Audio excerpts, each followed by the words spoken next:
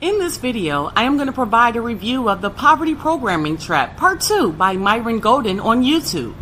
Again, people will never behave consistently in a way that's inconsistent with their programming.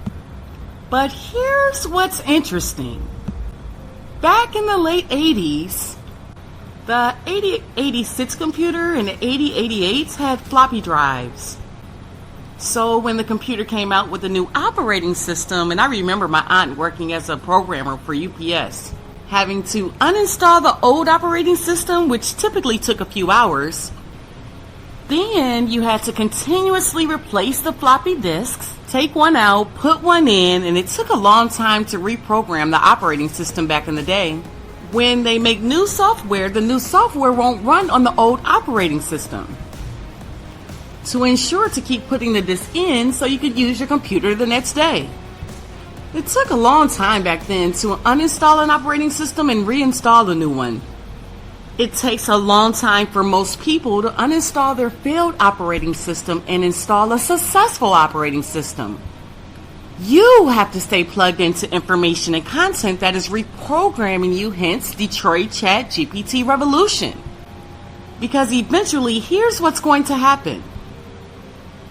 Whatever your special gift, your why is, as you continue to improve, in time you'll be able to make something so complex look effortless, as that is your unique gift. Like Will Chamberlain, Michael Jordan, Chris Bosh, LeBron James, Dwayne Wade, they made their special gift look effortless. I mean, they were all so much better than everybody else when they were in the NBA when they played basketball. And the women, Diana Taurasi, Candace Parker, Breanna Stewart, Sue Bird, Lisa Leslie, made young girls admire the WNBA dominating. Why? They had a totally different operating system. Operating systems don't just affect us in computers and sports.